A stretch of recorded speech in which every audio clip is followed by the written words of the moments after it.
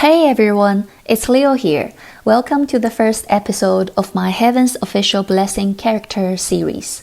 Let's dive into 隐喻. In this video, I will be analyzing his personal journey, sharing some cultural background, and talking about why I find this character so compelling and relatable. 隐喻 comes from a prestigious and respected family. He's the top disciple of his sect, loved and admired by everyone in his group. He's got a calm temperament, always behaves with grace, and sets a great example for the young disciples. His lifelong goal was to cultivate and ascend, and he finally achieved it. One day, Yin Yu encountered a rough, streetwise boy who had fallen on hard times. Out of the kindness in his heart, he asked his master to take the boy in. That boy was none other than Quan Yizhen. For years, Yin Yu took care of Quan Yizhen, who, let's be honest, was totally clueless about how to deal with people. He did his own thing and acted like a child, completely unable to socialize properly. But the one thing Quan Yizhen had going for him was his incredible martial arts talent. As Xie Lian later describes him, he was a born martial god. Because of his talent, Quan Yizhen got special treatment from their master, receiving all the best resources, which caused tension with other disciples. Luckily, Yin Yu was there to step in and soothe things over, making sure that Quan Yizhen could stay in the sect without any issues.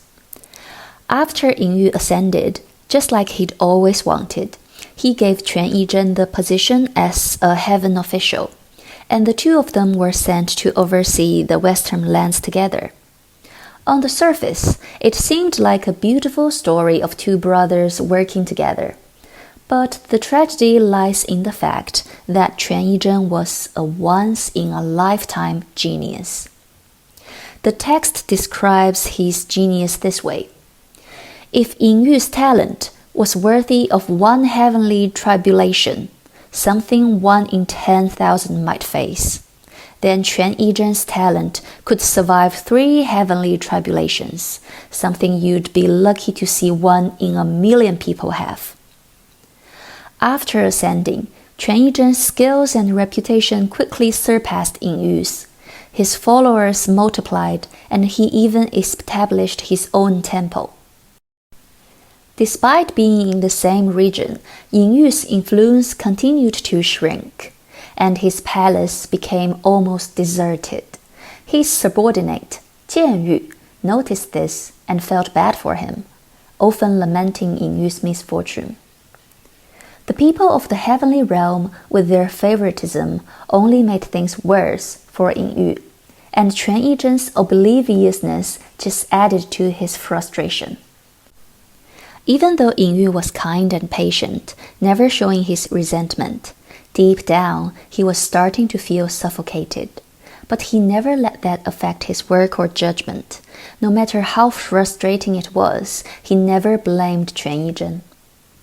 Instead of using the public opinion against him, Yin Yu always cleaned up Quan Yizhen's messes, never mixing personal feelings with his duties. That's rare in itself. But the pain of being an honest person, the unspoken frustrations that build up over time, no matter how kind or forgiving someone is, they can only hold it in for so long before they crack. In the incident with the brocade immortal, Jian Yu, holding a deep grudge against Quan Yizhen, used a trick to make Yin Yu gift him a magical robe. Jian Yu simply hoped that Quan Yizhen would listen to Yin Yu more. However, this gift caused Quan Yizhen to lose control, and he ended up wreaking havoc in the heavenly city, destroying Yin Yu's palace in the process. Seeing his carefully built palace collapse like a joke, Yin Yu's mind was flooded with emotions, frustration, helplessness, and anger. But because of his self-restraint, he could only blame Quan Yizhen's actions on his innocence and immaturity. He couldn't let himself explode.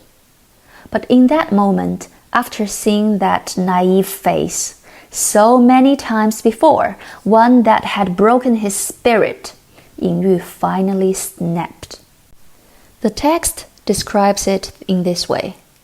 It was as though Yin Yu suddenly lost his mind.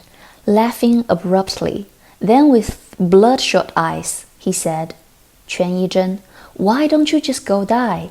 Can you just die already?" That one sentence marked the point of no return. The story spiraled out of control from there. Under the influence of the brocade immortal, Quan Yizhen, now completely obedient to Yin Yu, actually tried to take his own life, only to be saved by Junwu in the end. Yin Yu's efforts, his patience, everything he had worked for, came crashing down. The emotional burden he had carried for so long was never understood, and that final outburst led to a tragic end. From then on, Yin Yu wasn't just forgotten, he became the villain. In the eyes of the heavenly realm, an official who had been banished for practicing dark arts and harboring resentment against his peers. He would never be able to fulfill his dreams of becoming a virtuous god, someone who excelled in his duties and brought peace to people. His once bright future dimmed, and he became, in the eyes of others, a dull face in the crowd. Yin Yu had always been kind and gentle. This was the one and only time he lost control, and it led to an irreversible consequence. His inability to be as talented as Quan Yizhen hurt, but it was his mistake. The one time he faltered. That really destroyed him. And that's why, when Yin Yu's story continues, we see him as a shadow of his former self, a broken man without the ambition or light he once had. He wanted to be virtuous but failed, and the public no longer saw him as the man he once was.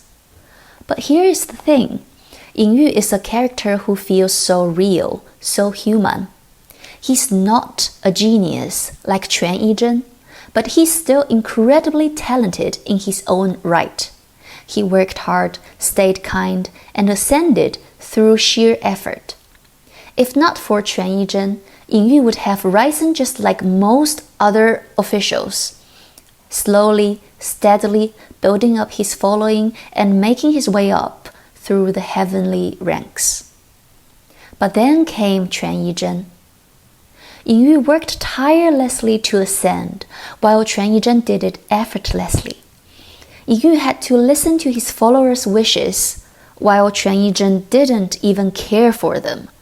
Yin Yu had to deal with other gods, but Quan Yizhen didn't even recognize most of their faces. Still, the incense at Quan Yizhen's temple kept burning stronger and stronger every year. And all the while, Yin Yu, as his senior, had to clean up after Quan Yizhen. When Quan Yizhen caused trouble, Yin Yu was there to fix it. When Quan Yizhen was upset, Yin Yu was there to comfort him. When it was Quan Yizhen's birthday, Yin Yu would prepare gifts. Yin Yu tried to hate Quan Yizhen, but he couldn't because of his own goodness. He wanted to be jealous, but his principles kept him from doing so. It wasn't until his outburst almost led to Quan Yizhen's death that he realized the depth of his own guilt. This moment of failure drove him into hiding, becoming a servant in the ghost realm. The tragic aspect of Yin Yu is that he could never truly hate. He spent years cleaning up after Quan Yizhen, enduring his ignorance and feeling unappreciated. He hated, but he couldn't let himself do so, because his self-image as a good person wouldn't allow it. And this is so much like all of us. Ordinary people with our kindness, our selfishness, our jealousy, and our inner struggles. Let's talk about Yin Yu's name for a moment. In Chinese, there is an idiom, 抛砖引玉, which means throwing out a brick to attract jade. It refers to using something humble to draw out something valuable. In China, people often use this idiom to show modesty when they are the first to speak in a conversation, implying that their words are just stepping stone for better ideas to follow. 引玉, yin means attract, yu is jade. Just like his name, was the one who brought out the true gem, 权一真. He could never compare to 权一真's brilliance, and under his shadow, even his own talents seemed like lackluster. And 见玉, his name also stands out. 见 means to appraise or to distinguish.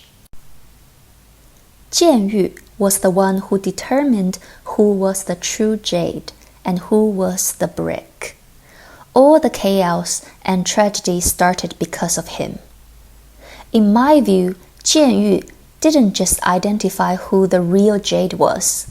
He uncovered Yin Yu's heart. Yin Yu, despite all the comparisons to 权一真, is still indeed a beautiful piece of jade in his own right.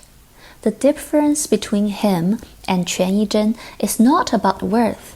It's just that one is a precious jade and the other is a jade of even greater brilliance. One of the most powerful moments in Yin Yu's story comes toward the end when he faces off with Junwu. This battle, this confrontation, is one of the most shocking and impactful parts of the entire book, just in my opinion. Junwu first tries to tempt Yin Yu back to the heavenly realm by offering him the opportunity to return to his old life, to reclaim what he had lost. He knows Yin Yu too well. Yin Yu comes from a prestigious background, and he has always followed the righteous path. Now, because of his past mistakes, he's working as a lowly servant in the ghost realm. Junwu is sure that Yin Yu is still carrying a deep sense of regret. Our desires are not easily changed. Yin Yu's lifelong dream was to be a heavenly official. His greatest aspiration was always to ascend, to walk the righteous path. So Junwu uses this to tempt him, knowing it's the one thing that will get to him. When that doesn't work, Junwu shifts tactics. He goes for Yin Yu's deepest resentment, the one thing that has always haunted him, 权一真. Junwu says, 权一真 effortlessly took everything that should have been yours. Don't you hate him? Then Junwu takes it further. He grafts 权一真's power onto Yin Yu's own, showing him what it would feel like to have the natural talent that he could never achieve. What would it feel like to have the strength of a martial god? The power he has envied his whole life. The power that comes so easily to 权一真, but was so elusive to him. This moment, when Yin Yu first experiences this power, is like a breaking point. He realizes the difference in their abilities, the gap that has always separated them.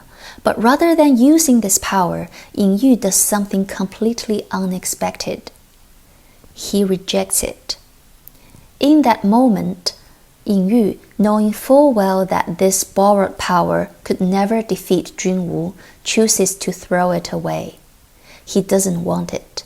He refuses to be defined by this external power that wasn't earned by his own effort. He said, I've never had such great strength, but I don't want it. That's the turning point for Yin Yu. It's a moment of pure self-realization. For him, his whole life was about seeking goodness and kindness, not about chasing power. He may never have been the brightest, but he wanted to be pure, to be the best version of himself that he could be. I can admit that I'm not as good as him, and that's okay. Yin Yu is not afraid to face his own limitations. He knows that his talent will never match Quan Yizhen's, and he's finally at peace with it. This is one of the most noble moments in the entire book. Yin Yu, in his own way, reaches a place of self-acceptance. The complexity of Yin Yu's character lies in this duality. He's not perfect. He's full of jealousy, frustration, and self-doubt. But at the same time, he's also incredibly brave. He doesn't shy away from his darkness. He accepts it, owns it, and makes peace with it. Yin Yu, in his final moments, is the embodiment of the complex and painful journey many of us face. He's someone who works hard, who's kind, who tries to do the right thing and yet feels overshadowed by someone more naturally gifted. He struggles with jealousy, bitterness, and self-loathing, yet ultimately chooses the path of kindness, letting go of the hatred inside him, despite the pain it caused him. It's hard not to relate to Yin Yu. He's not some superhuman or a perfect character. He is human, like all of us, with our own internal battles, our flaws, and our insecurities. So when Yin Yu says, "It's not hard to admit that I'm not as good as him," we understand. Because who hasn't felt that way at some point?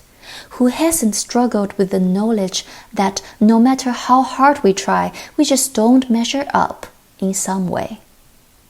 But it's okay. Yin Yu shows us that it's okay to not be the best. It's okay to have our flaws. It's okay to feel jealous, angry, or frustrated. What matters is how we choose to handle those feelings and whether we can move forward with kindness, just as Yin Yu ultimately did. Thank you so much for sticking with me until the end. If you enjoyed this video, don't forget to give it a thumb up. It really means a lot to me. I am planning to do a whole series of character studies from Heaven's Official Blessing, and since Yin Yu is my favorite character, I thought I'd start with him. If there's any other character you'd like to see me analyze, leave a comment below. I'd love to hear your thoughts. I'm Leo, and I'll see you in the next video.